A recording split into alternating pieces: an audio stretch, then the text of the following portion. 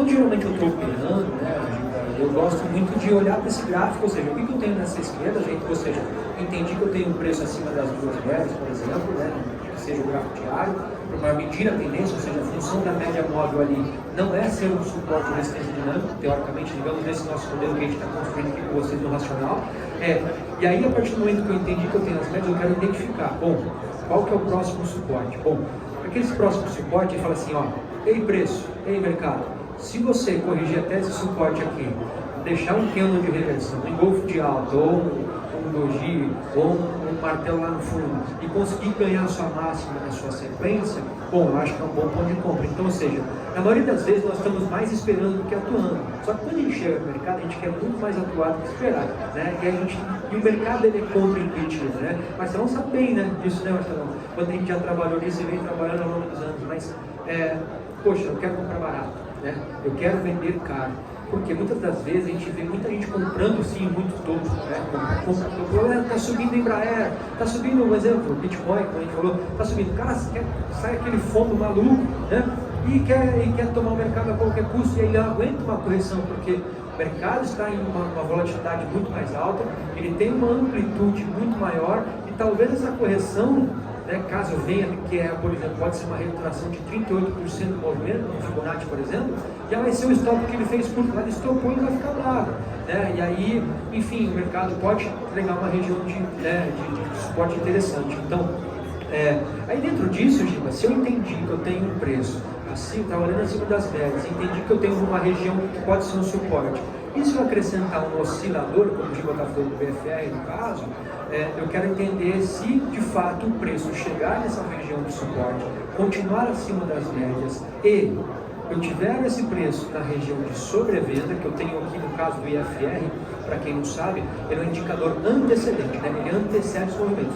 Já a média móvel, ele é um indicador atrasado, né? Então, ou seja, ele está sempre olhando para o passado. Então, e geralmente são, né, os trackers, né?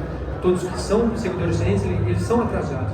E aí, pô, você conseguiu confluir todas as coisas e conseguiu encontrar algo ali, pô, tudo isso a gente conseguiu fechar um racional e tudo isso conseguiu confluir, bom, você tem que fazer esse trade, tá? O que acontece é que na maioria das vezes, a maioria das pessoas estão tradando em qualquer lugar sem contexto. Então, a gente precisa ter uns 3, 4 pilares dentro de um operacional para que a gente consiga entender esse comportamento todas as vezes que isso se repetir. Bom, a gente fechou um quadro aqui, então, ou seja, preço, né, voltando lá de média de 21.400 mais um IFR de 14 períodos, hoje custa de 9, então vamos usar o de 9. Eu quero entender uma região de suporte ou de resistência, caso seja uma tendência de queda, mas a gente está falando aqui no caso da compra. Bom, somamos tudo isso mais um candle, pronto, fechou. Aí a gente já tem um modelo, e aí quando a gente consegue construir tudo isso, aí a gente vai fazer backtest. E aí talvez hoje, com todas as inteligências que a gente tem hoje, a gente consegue fazer isso muito mais rápido, porque na minha época já era difícil. Na do Giba, porque ó, eu sou de 1990, nasci em 1990, o Giba já estava no mercado em 89. Já operava, né? Já operava. Então eu estou entregando um pouquinho da idade aqui, né? Tem idade de ser meu pai e eu respeito tão quanto. E acho que a gente precisa, né, entender, ou seja, define o modelo, uma vez que define o modelo, testa ele o máximo possível. Vê se ele tem uma expectativa matemática positiva. O que é? Pô, acertei 70% das vezes com a relação de risco retorno de 1 para 1, beleza, eu sou positivo. Poxa, acertei 50%, estou acertando 50% das vezes nessa amostragem, por exemplo, 100 trades. Tem 50%, pô, estamos 0 a 0, fora os custos, isso é negativo. Então a gente tem que estar sempre nessa busca. Hoje, eu gasto muito mais tempo estudando os modelos, vendo o que eu posso acrescentar, o que eu posso encontrar desvantagem, né? Eu já sou um trader que acerta um pouco menos, não sou tão experiente como o Giba, né? Para mim, um modelo que esteja próximo, entre 45 e 55, com uma relação de retorno maior do que 2, eu boto para dentro e boto para rodar. Então, para mim, ele já é interessante, tá? Falando um pouco de histórico de dados, que eu acho que é importante você falar e provar, né? A gente tem a análise de todos os calls que a gente chama do trade a dia, dos assessores.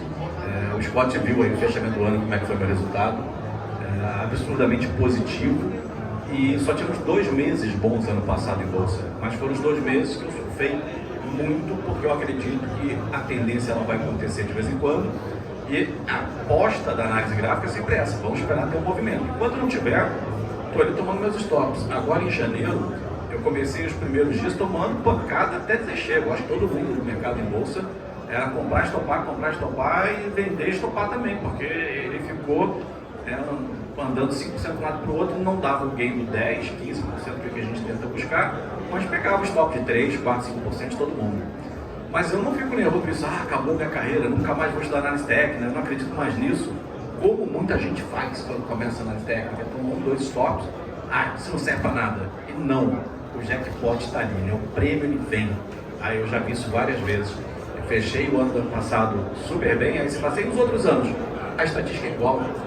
Qual eu disse acertar? O Giba é um gênio, 100% de acerto? Não, 60%. Está lá, 59%. 61, um ano foi um pouco ruim, porque o mercado foi muito ruim, deu 37 e ainda assim resultado positivo, com 37% de acerto. Aí você pega o ano bom, teve um que foi 75% de acerto, aí esquece, aí é lavar a alma.